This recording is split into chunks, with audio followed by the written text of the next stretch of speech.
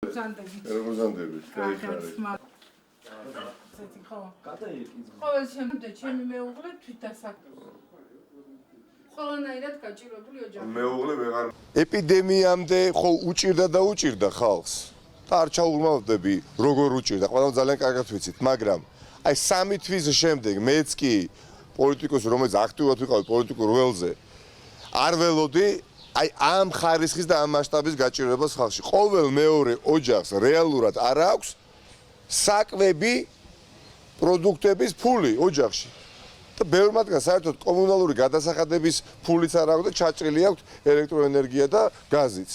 და ამ ადამიანებს ხელისუფლება გახარიას სახით არც კი ელაპარაკება 2.700.000 ადამიანი დატოვა გახარიამ დაპირების გარეშე ხალხი ყავიმეორებ არც კი დაპირდა დახმარება ხო არავის არ მიუღია დღემდე მაგრამ დაპირება 2.700.000 ადამიანს არ მიუღია დღეს სამივე ოჯახს ბუნებრივია ჩვენ დახმარება აღმოუჩინეთ და აღმოუჩენთ ყველა იმ ოჯახს რომლებთანაც გვექნება შეხება და ბევრი გვეხმაურება მაგრამ ვაღიარებ რომ ფიზიკურად შეუძლებელია ოპოზიციიდან, ოპოზიციური პლატფორმიდან ჩვენ გავწდეთ 100,000-ობით საქართველოს მოქალაქეს, ანუ ოჯახს, ხო? შეუძლებელია, ამისთვის არსებობს ხელისუფლება, რომ ხელისუფლება სწორი ნაბიჯები გადადგას.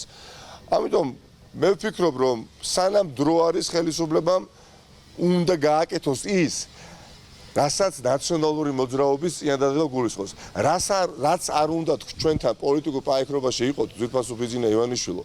თქვენს კი იცით, რომ ერთადერთი სწორი გამოსავალი არის ის დახმარების პაკეტი, რომელიც ნაციონალურმა მოძრაობამ გააცნო საზოგადოებას.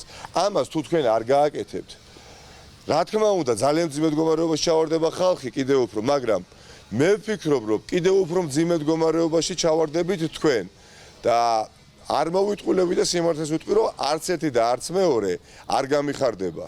იმიტომ რომ ამ ქვეყანას სჭირდება ერთი კრიზისიდან ამოსვლა და არა კრიზისში კიდევ უფრო ღრმად შესვლა.